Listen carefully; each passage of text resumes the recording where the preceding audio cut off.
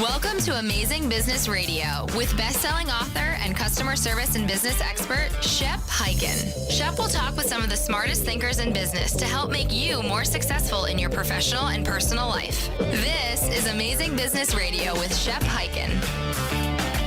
Hello, everybody. It's Shep Hyken, and we are back with another episode of Amazing Business Radio. Today, we're going to be talking with Jason Ten-Pow, who is the CEO of bespokeCX, who has some very interesting research and findings that you are going to find fascinating.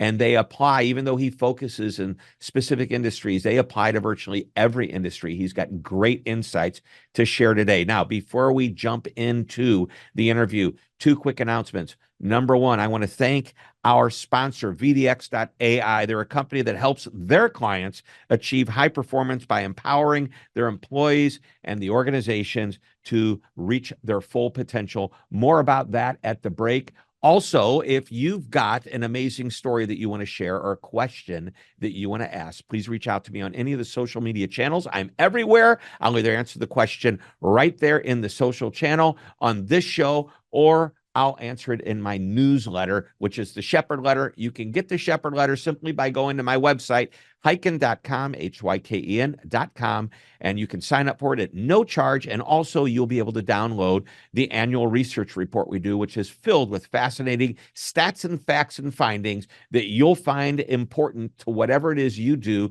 when it comes to taking care of your customers. All right, let's jump into the interview with Jason Ten-Pow, who, by the way, this is his second time on the show.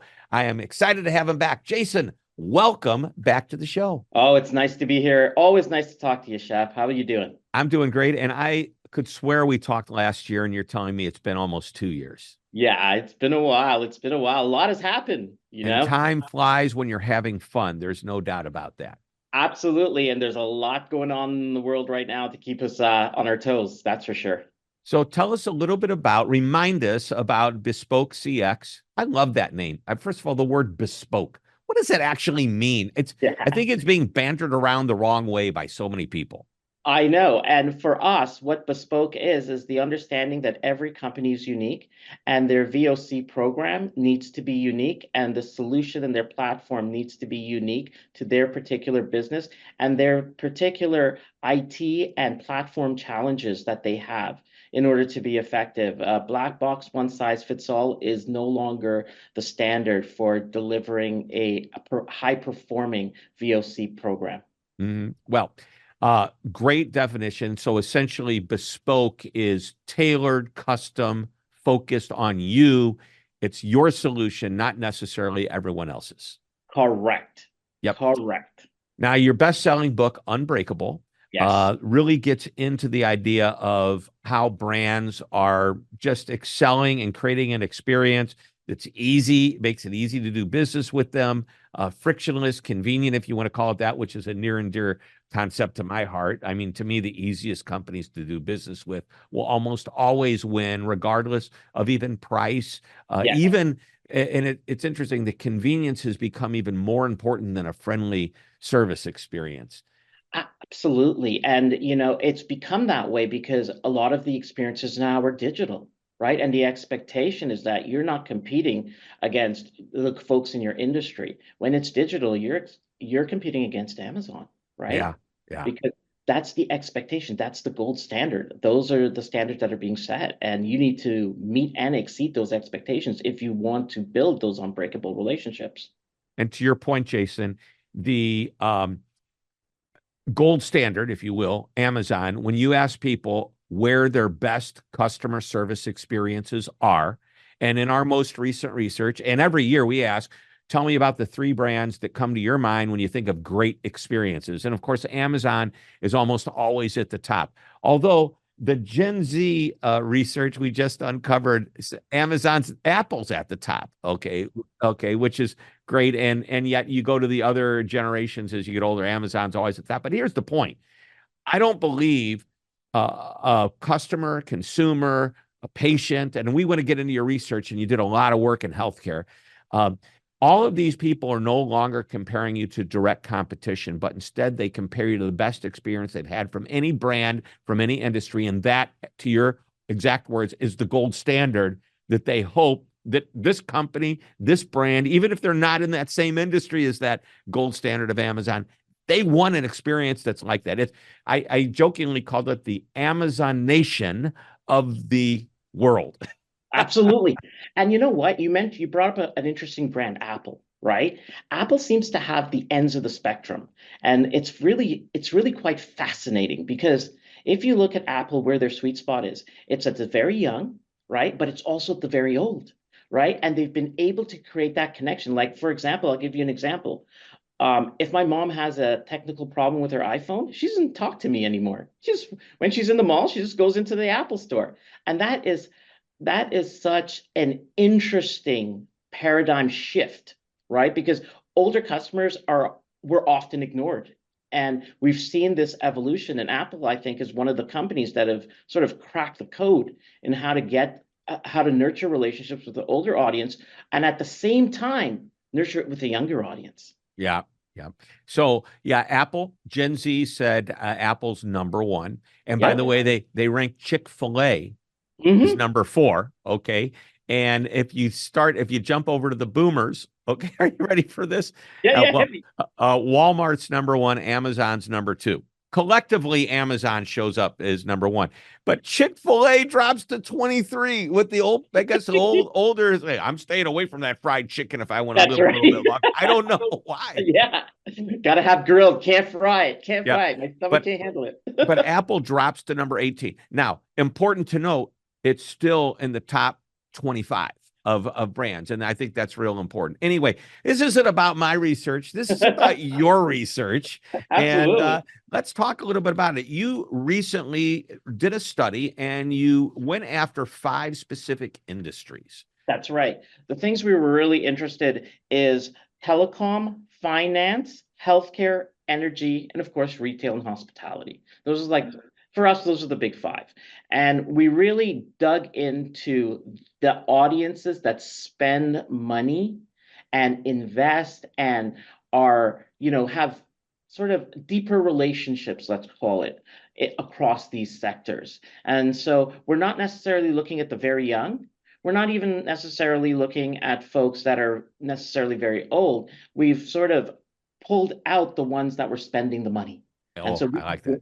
Mhm. and so we wanted to understand how they felt. What are the things that are driving their emotional connection to a brand? And so, and how frequently are brands doing the right things? And so that's really what we wanted to uncover, because we had a feeling, and our hypothesis is many brands feel that they're doing the right things, but the numbers sort of suggest the otherwise. Yeah, and you refer to these, you broke it down into 4, I believe, areas. Actually, or is it 3? Five. Five. Ruptured, middling, and Oh, unbreakable. yeah. Yeah. Yeah. Those are the three types of customer relationships customers have with a brand, Mm-hmm. right? So, unbreakable are the ones that it's going to be very difficult to pull them away from a brand. They have this built-in connection that's not easy to sever. And that's what every brand is looking for, right? When you think about it, that long-lasting, nurtured, strong relationship. And then at the other end of the spectrum is the customers that, yeah, I'm using them because, they may be convenient, or I've already had a relationship with them, but I'm not connected to them in any strong and meaningful way. And if something comes up that provides just a tiny more value, I'm jumping ship Yep. first up. Yep. And then in between those two, you have that middling group. They're not quite in the unbreakable relationship part, but they're certainly not ready to defect either. I call that the dangerous customer because we don't hear from them. They just seem to be happy. They don't complain, but in their back of their mind, they're going, well, it could be better. It's just not bad enough. Exactly. Exactly. And what bad enough is, the standard for bad enough is pretty interesting, because the brands that have unbreakable relationships, 7 out of 10 interactions a customer has with them is exceptional, right? By comparison, a middling brand is only 1 in 3. And a failing brand, a brand that people are ready to jump ship, you're talking about 1 in 10 that they say is So truly you've got exceptional. 7 and 10 about 3 in 10 and 1 in 10. Exactly. And yeah. So just to keep my common denominator. Yes. Yeah. And that's a big gap. Think about it. It is a big gap. The 7 to 10 to 3 and 10, that's more than double. Yes. And if you think about it. So, well, I want to, I know we have, as always, just the shortest time to talk about something that I'd like to spend 2 hours or longer talking about.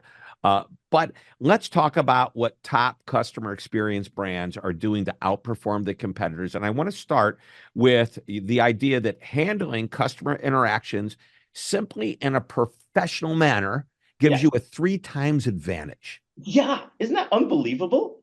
And you think that professionalism would be sort of the baseline, the foundationals, but it's not. It's actually not a lot of brands are focused on professionalism because they're not focused on customer first. They're focused on, I'm trying to save money, I'm trying to reduce costs. There's other priorities that are overly important, and they're losing sight of what's most important, which is their customer. Yeah. So it's simply this. As I look at the idea of words to describe what professional is, and actually I'll go a step further and just say it's a general customer interaction. Friendly, kind, nice. Those are 3 words to describe that. Professionalism is knowledgeable, acting professional, and reliable. Absolutely. You can be counted on. If they say they're going to call you back in 24 hours, they're going to call you back in 24 hours, right? It's setting and meeting expectations. Not a lot of brands are doing that, and the numbers bear it out. So one of the ideas we've come up with is amazing companies do what customers expect. Not just want, but what they expect. In other words, you just kind of nailed it.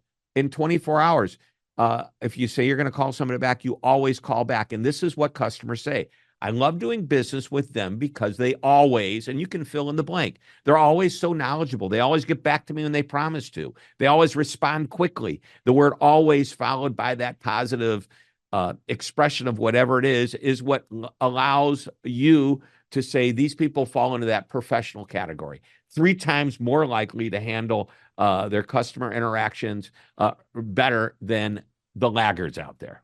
Absolutely. And, professionalism can express itself in the digital environment in different ways, because digital is, honestly, the first way many customers interact with the brand. So what does professional mean? Professional means when I go to the website, I want to be able to navigate that website in a meaningful way so that I'm not confused, I'm not overwhelmed. I'm spoken to like someone that understands who I am. So the language is easy to understand. It has the right combination of both technical and easy to understand information. These are all things that happen in a digital environment, right? That showcases to the customer, wow, this brand is truly professional. They're thinking about me. Yep. And I'll add, they put contact information, phone, a way to get in touch with them on every page are so obvious that nobody's going to argue, oh, it was tough to find that information. So, Shep. Let's dig into that one for a second. Well, let's do that when we come back. That's what it's a cliffhanger. We're going to hang on to that thought. We'll be right back after this word from our sponsor. Don't go away. Shep Hyken here with an offer that won't cost you a cent. You may have heard me talk about my annual customer service and experience research. We've surveyed thousands of customers matching the U.S. Census for age, gender, ethnicity, and geography, and we find out what customers love, hate, and want in a customer experience. What's the number one customer experience that almost every customer desires? What makes them come back? What makes them leave? Why won't they fill out surveys? What do they think of AI? Well, these questions and more are answered in the research. You can download the full report by going to hyken.com and clicking on the research tab at the top. Like I said, it won't cost you a cent, but it may make you or save you thousands and thousands of dollars when you understand your customers' expectations. Again, the website is www.hyken.com. You're listening to Amazing Business Radio with best-selling author and customer service and business expert, Shep Hyken. We are back on Amazing Business Radio talking with Jason Ten-Pow, who is the CEO of bespokeCX. We are talking about his survey, how he's found a lot of great information about why customers keep coming back. Right before the break, we started talking about the website, and I made a comment about how it should be easy to find contact information. And Jason, you were about ready to unload a bunch of good ideas on that one. And I said, let's take a break. So cliffhanger, let's hear the rest of the story. You want to know if a brand prioritizes a customer and the customer's wants, needs, and desires. All you have to do is go to their website and see how difficult it is to find a phone number that you can call. Boom. That's it. A big one. I never thought of it that way. I just thought they either didn't want to talk to a customer or weren't smart enough to realize customers might want to actually reach out to them. It's a purposeful decision they make that is financially driven, right? Because having a call center with many calls is expensive. And as a result, they're valuing cost over building deeper relationships with the customer. And that's one example. And it's a clear example that every customer sees and internalizes. Yeah. So the point is it's not so much reach out to me through the call center or contact center. It's give me a way to reach out to you, period. So if it is a phone number, make it easy. If it's not a phone number and it's a chat that pops up or it's an email address, that's fine. But recognize, and it's in your survey, that the number one way people want to connect with a brand when they have an issue, a question, a problem is on the phone. And our research asked, would you rather do a digital experience or use the phone? And 68% this year said, and I say this year, it's 2025. Last year, it was 70%. So it's almost the same. It really doesn't make any difference. And by the way, of those 68%, 82% of those are older people, boomers like myself, and Gen Z accounts for only 51%. So the youth is starting to dictate about, hey, you better have a digital experience. So that needs to be considered depending upon who you're targeting. And obviously somebody maybe at a luxury resort, if you're talking hospitality, you know, the Gen Z person that doesn't necessarily have the spending power that somebody like an older millennial, Gen X or boomer might have. Anyway, I want to move into our next topic, which is the effortless customer experience. And by the way, effortless could be going to your website and finding the phone number. But 4 times more likely, these companies that are rock star brands are 4 times more likely to create that effortless experience. Define the effortless experience for us. I'll give you an example. I'm a Gen Zer, for example, and I don't want to talk to anybody when I check into a hotel. Citizen M is a hotel brand, small hotel brand in New York. You know what? They've created a completely automated experience targeted at those customers. Right. And that experience is not just that it's you don't have to talk to anybody. They've made exceptional efforts to ensure that the process is still easy. Right. And so it's understanding your customers and understanding what their needs are, because what effortless means to one brand customers in one industry is completely different than in a second industry. For example, we look at energy. Guess what? When the lights go out at your home, you want to be able to be notified in multiple ways when that electricity is going back on as soon as possible, right? Phone matters, right? But in an emergency situation, it's imperative that these companies reach out in any channel that they have available to them that they can reach the customer with in order to get them such important information. Proactively before the customer says, I'm calling and figuring out what's going on here. And I'm going to add one other thing. Not only do they proactively reach out before the customer gets to them, they also give updates. Yes. And they tell you when the updates will come. We're going to reach out to you every 30 minutes. We're going to give you an update. And that's where energy companies and utility companies have done a really good job. They're not known across the industry as being the best when it comes from customer experience. But in that regard, they've really done a very good job. And customers appreciate that, and the numbers show it. Yeah. There's an example that I like to use that we're all sitting around an airport in the gate area waiting for a flight. The flight's supposed to come at 4 o'clock in the afternoon. This happened to me, by the way. So it's I know it would have. I numerous absolutely know. times it's happened. And I know that the plane usually lands about 40 minutes ahead of time. It takes 10 minutes to 12 minutes to, well, actually 45 minutes to deplane all passengers. They have to do a quick cleanup. And then 30 minutes before they start letting passengers on. Well, it's now 10 minutes to 4. There's no plane at the gate. And the gate agent keeps fielding questions. Where's the plane? Where's the plane? Instead of getting on the loudspeaker and saying, hey, everybody, you might notice the plane's not here yet. Let me tell you where it is, or let me tell you what's happening, and I'll give you updates.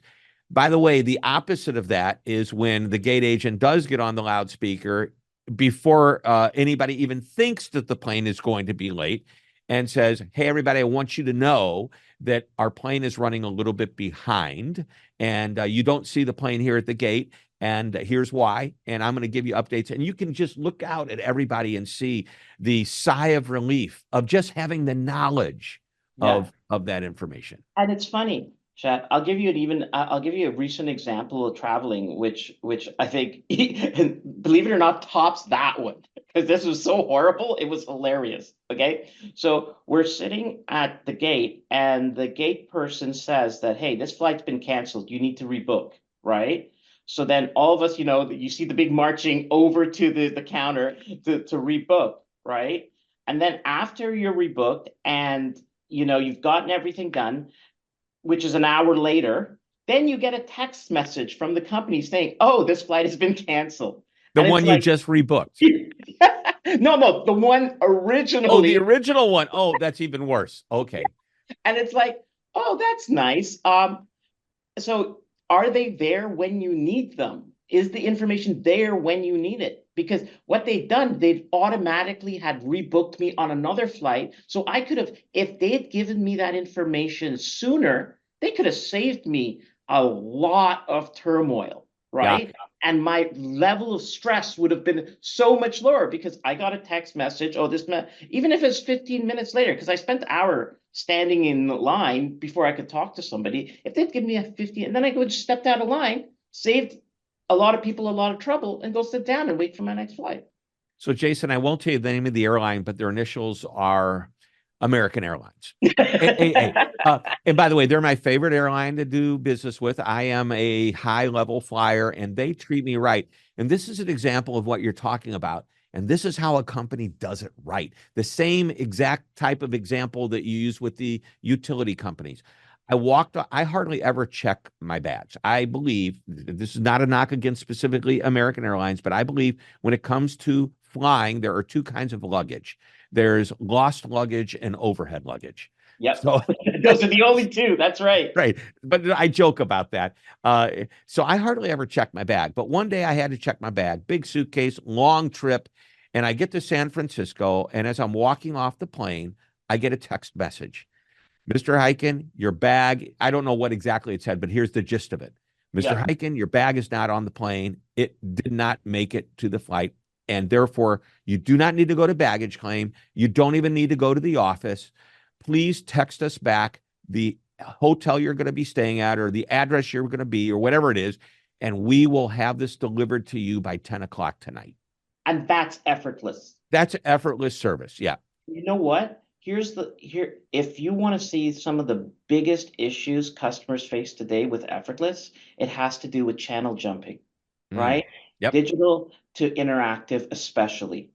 What a horrible experience most brands put customers through in that regard. They make channel jumping way more difficult than it needs to be. And the promise of omni-channel, so every channel be able to provide you with the same information in the same effortless manner.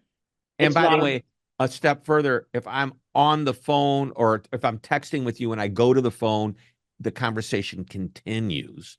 That's true omni-channel. That is true omni-channel because you're passing that information about that customer in real time to the next channel. And that's something our platform does seamlessly. So from self-help, digital to interactive, we bridge that gap so that information flows forward. Yep. All right. We are down to the very end, and you know the question that's coming. The last nugget of wisdom you would love to share with us. Why don't you pull something from the report that is going to give us one of these aha type moments? All right. Here, let me see. If you provide easy navigation and up-to-date information, which is the fundamental of a good digital experience, you're 1.7 times more likely to have won that customer over just by doing those basic things. That's how poorly websites are performing today. Yeah. So 1.7 is not quite two times, but you're almost twice as likely to hold on to that customer. Yeah, just those two things. Yeah. How simple is that? Exactly. And that's what happens when you have too much data and you suffer from data paralysis, right? You have all this digital data flowing in, but yet you're unable to prioritize the right strategic actions to enhance the customer relationship, because that should not be a problem. Well, Jason, thank you so much for being on the show. This is why we call this Amazing Business Radio. It's great to have you back. It's great to be here, Shep. Oh, you're always looking younger every time I see you, so that's fantastic. Well, thank you, sir. And I got to pay back the compliment. Whether it's true or not, what you just told me, I send it back your way. Awesome. All right, everybody, that wraps it up. Another episode of Amazing Business Radio. We'll be back next week with another interview. Until that time, this is Shep Hyken reminding you to always be amazing.